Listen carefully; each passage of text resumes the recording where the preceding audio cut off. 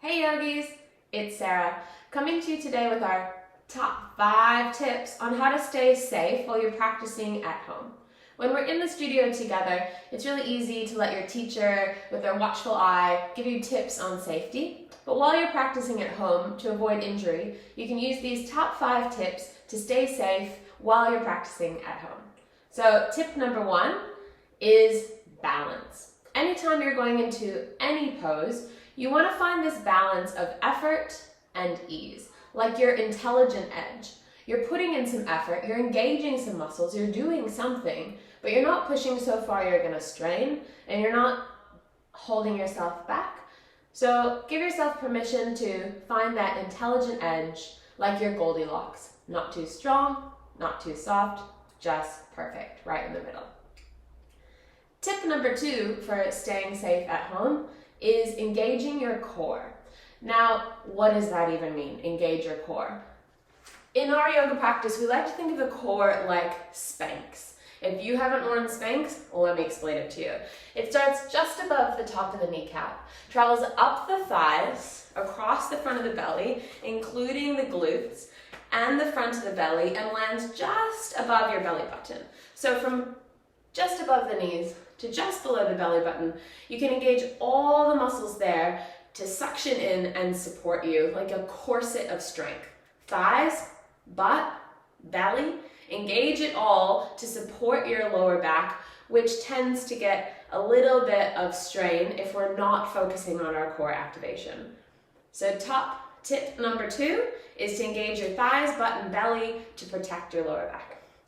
Tip number 3 for staying safe at home is stacking your bones. So to do the least amount of effort necessary and to use the correct muscles to support you, when you stack your bones like knee over ankle, or if your hands are on the floor, your elbow over your wrist, the bone is like a scaffolding, and then the muscles just have to work a little bit on either side to keep it there and balanced. Whereas if you were holding here, it would be a lot more difficult. More muscles are going to have to work, or even if your knee goes past your ankle, it's dumping a lot of weight or a lot of strain into the top of the knee joint.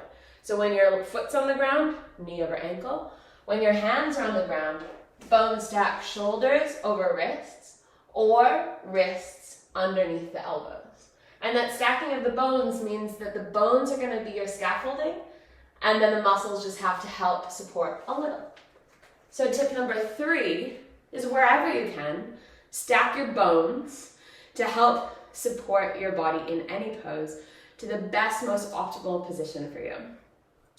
Tip number 4 is looking for, in any pose, finding that level of engagement where there's no pain. So if there's any sense of discomfort, like it's hard work or it's a bit of effort, and it's kind of like, oh, that's a bit annoying, fine. But at any point you feel like a dull or sharp or intense pain or a little twinge, too far. Go back to tip number 1 and find your Goldilocks, where you're not straining and you find that perfect space to be with effort and ease. So tip number 4 is don't go for pain. Discomfort, fine. But pain, pull back and give yourself that moment of balance. And tip number 5 for how to stay safe at your at-home practice is to take care of yourself. If you need to rest, rest. If you need to pause the video and come back later, go for it. If you want to take a super long extended Shavasana and relax for the second half of the class, you moderate what you need in any day, but err on the side of generous relaxation to give yourself the best experience in your practice. And, yoga teachers really love to help their students. It's why most of us got into the practice in the first place and into teaching. So if you've got a question, send us a message, write us a comment in the YouTube.